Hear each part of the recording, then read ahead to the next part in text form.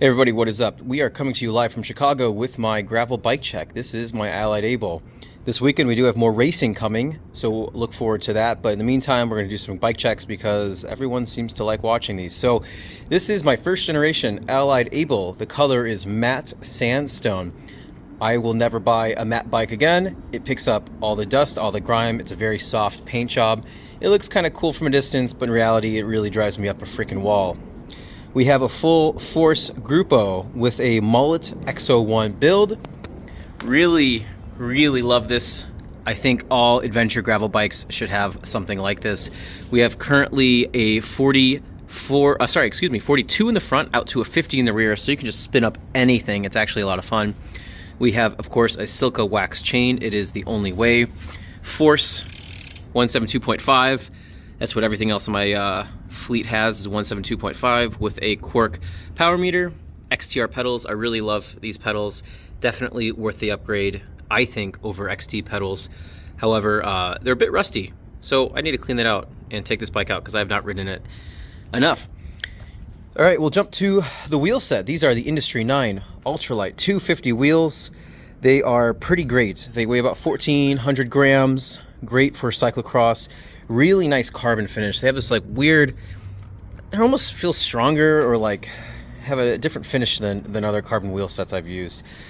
They are a little, I would say, flexy, especially the front. It's only a single-sided, whatever this is called, single lace on this side, excuse me. But overall, really amazing on bumpy trails and single track. However, for the road, really not that fast. I have raced this bike once. I did not enjoy it. I don't like gravel racing. It just goes on forever. It never freaking ends. And if I do gravel races again, I'm going to take it less serious or try to figure out a different setup. We do have the Conti Terra Speed in 40 millimeter width. These are pretty fast rolling tires. They're pretty grippy, pretty good off-road. Kind of slippery in the wet on-road, but not too bad.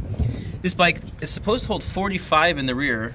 This is pretty tight. There's some clearance around it. I could probably fit a 44. I do plan to go to the Tufo Thundero and Spidero next for my next gravel tire wheel set in 44 millimeter. In the front, it says 47 according to the website, but we have a ton of space. In fact, like I'm not even touching, and my finger is definitely over a centimeter wide. So full centimeter of clearance around the whole thing, maybe even 2 right here. So the front could almost fit a mountain bike tire, but the rear is really where you're limited with this chainstay, the elevated chainstay. Overall, super cool design, but you know, this bike could use improvements, and there's a reason that the new generation doesn't look anything like this. We have full FSA cockpit, the SLK wing, the stem. This is only a 90 mil. Probably should get the longer one. I don't feel like spending the money though. This carbon one's not too bad here in the rear. Pretty comfortable. We have a specialized power arc saddle. I don't really like the power saddle shape too much, but this foam really takes the edge off. Really like it off-road. Super comfortable. Can sit on this bike for a long time without feeling any discomfort. We have the 42 width. However, these flare out quite a bit. You know, almost 2. I gotta say, this is probably 3 centimeters on each side. Really comfortable to get in the drop. Super wide, super good if you're descending or doing off-road single track, which is really where this bike shines, is the single track. We have the Silca out front, 3D printed. Looks kind of cool. I don't actually think it's a very good head unit holder, whatever you want to call this, or head mount. The plastic's pretty crappy. It wasn't very accurate, and I had to put some Velcro in there to make both my Bolt V1 and V2 actually stay in place.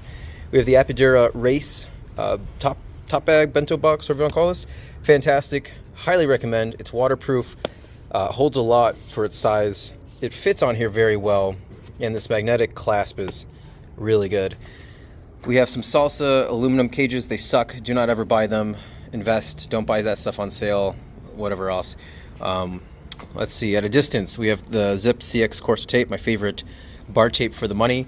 We have 160 millimeter SRAM rotors with the inside filled in. Not sure what those are called. They have forgotten, but they came off my Madone originally, and I thought they looked better on this bike.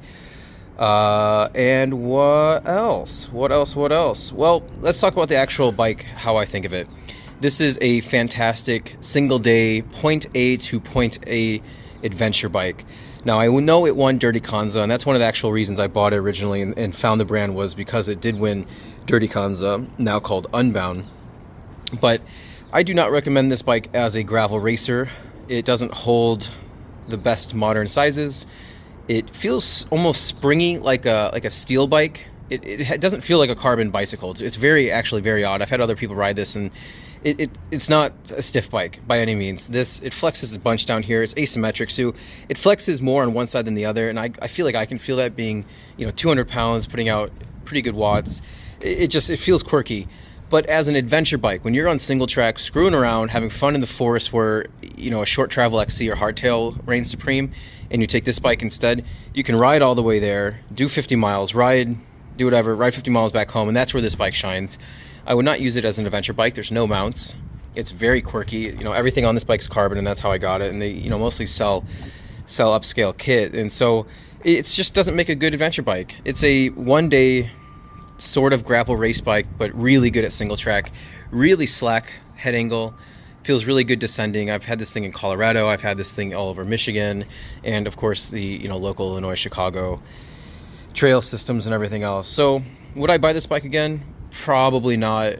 I would definitely go for like an NV Mog. I would definitely go for maybe a Trek Checkpoint, or hell, even a new Specialized Crux. I think those bikes just do everything a little bit better. They're more easy to deal with, and they would be a hell of a lot cheaper than this bike. This bike was pretty expensive, and I don't regret my purchase, but I like this bike a lot. I am not in love with it.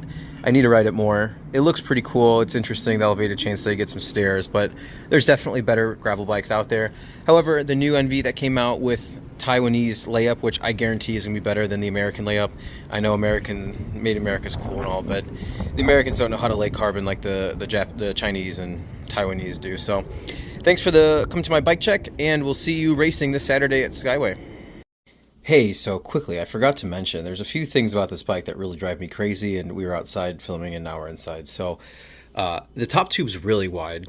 My thighs graze against this on a somewhat regular basis. Now, I know I'm not the skinniest guy, but I've had other people ride this bike and they say, damn, this thing's really wide back here. So I put some helicopter tape just to protect it, because it was actually starting to polish the paint and wear it away.